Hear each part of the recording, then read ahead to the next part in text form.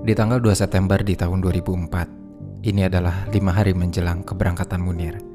Ia sempat mengadakan acara perpisahan dengan para korban serta keluarga korban pelanggaran HAM di kantor Kontras, yaitu Komisi untuk Orang Hilang dan Korban Tindak Kekerasan yang ada di Jakarta. Di hari yang sama ada telepon masuk di HP Munir yang saat itu dijawab oleh istri Munir, yaitu Suciwati. Penelponnya adalah Polikarpus Budihari Priyanto.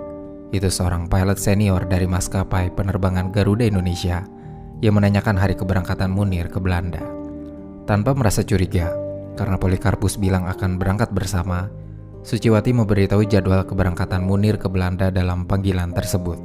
Setelah telepon itu ditutup, Suciwati sebenarnya mulai cemas dan timbul firasat tidak enak. Dia pun bertanya pada suaminya tentang Polikarpus. Munir menjawab bahwa Polikarpus itu aneh dan sok akrab dengan Munir. Pernah suatu kali di awal 2004 di bandara, Poli menitip surat untuk diposkan di bandara Swiss, yang membuat Munir bingung karena Poli harusnya punya lebih banyak kenalan pilot yang bisa dititipkan dibanding memberikan surat itu ke Munir yang saat itu tidak dikenalnya sama sekali. Tanpa Munir dan Suciwati ketahui, diam-diam Polikarpus sudah menyusun siasat buruk.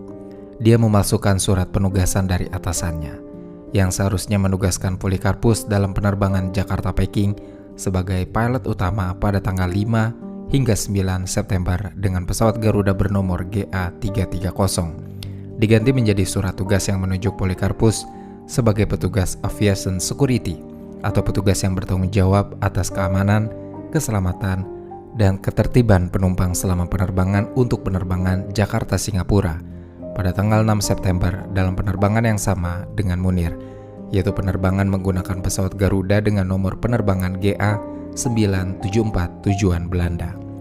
Rencananya, Munir akan berangkat dari Jakarta dalam penerbangan malam di jam 22.02 waktu Indonesia bagian Barat atau sekitar 15.02 GMT. Lalu transit di Singapura di waktu 16.40 GMT dan selama 1 jam 13 menit dan melanjutkan lagi perjalanan ke Amsterdam di 17.53 GMT. Dijadwalkan pesawat akan tiba di Belanda pada waktu 6.12 GMT. 3 hari menjelang keberangkatan, Munir masih juga sempat melakukan perpisahan dengan teman-teman sejawatnya di kantor Imparsial Jakarta. Ini mungkin menjadi kenang-kenangan di hari-hari terakhir Munir. Lalu di hari keberangkatannya, Munir masih terlihat segar bugar dan benar-benar sehat. Dia masih mengobrol bersama istri dan rekan-rekannya yang ikut mengantar ke bandara. Obrolan hangat itu yaitu seputar Jenderal AM Hendro Priyono dan RUU Pertahanan, ditemani dengan pesanan coklat hangat, selusin donat, lalu kemudian mereka berfoto bersama. Menjelang pukul 9 malam atau 14 GMT, Suciwati dan rekan-rekan Munir melepas Munir yang harus masuk ke pesawat. Mereka mungkin tidak akan menyangka bahwa itu akan menjadi pertemuan terakhir mereka dengan Munir dalam kondisi hidup. Di ruang tunggu boarding pass, sebelum masuk ke pesawat, diketahui Munir ditemui oleh Polikarpus yang menawarkan tiketnya untuk dipakai Munir dan mereka pun bertukar kursi. Munir harusnya duduk di kursi 40G kelas ekonomi, sesuai dengan tiket yang dipesannya. Namun karena bertukar tiket dengan Poli, dia kemudian pindah ke kursi 3K di kelas bisnis. Poli sendiri tidak pernah mengisi kursi Munir. Dia pindah ke 11 atau 12B di kelas premium, yang jaraknya tidak begitu jauh dari kelas bisnis. Poli akan menempuh perjalanan hanya sampai ke Singapura hingga pesawat itu transit. Ketika pesawat akhirnya lepas landas, 15 menit kemudian, hot refreshment atau makanan untuk penumpang diedarkan. Munir sempat ditanya oleh awak kabin ingin minum apa. Dia ditawarkan 4 pilihan, yaitu jus jeruk, jus apel, teh, dan kopi. Pilihan yang diminta Munir adalah jus jeruk. Jadi saat itu yang dikonsumsi Munir dalam pesawat adalah mie goreng beef dan jus jeruk. Dia tidak menyentuh roast bread yang diberikan padanya. Tidak ada yang aneh sejauh itu.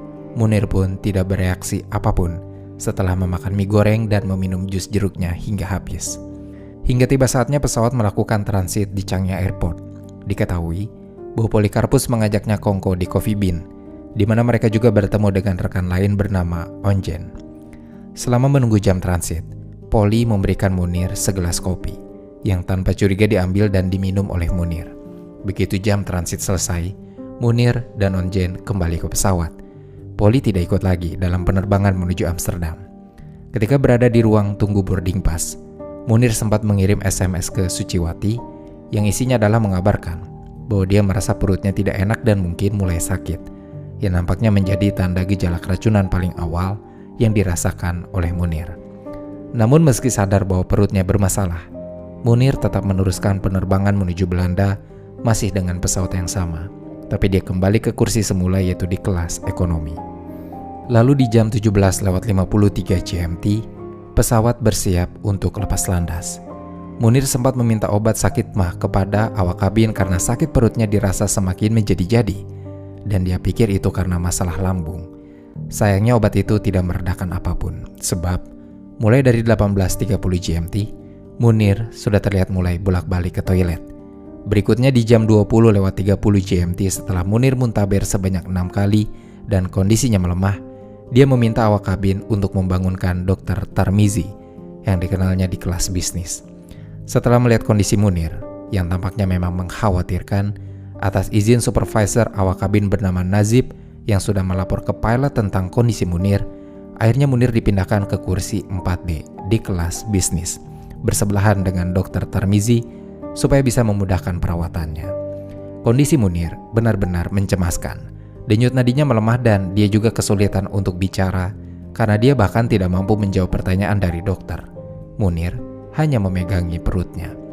Dr. Tarmizi yang melihat kondisinya di awal hanya memberi suntikan anti mual dan muntah jenis Primperam sebanyak 5 mm di lengan kiri agar Munir bisa beristirahat. Lalu di jam 1:30 GMT, Munir terjaga kembali dan pergi ke toilet.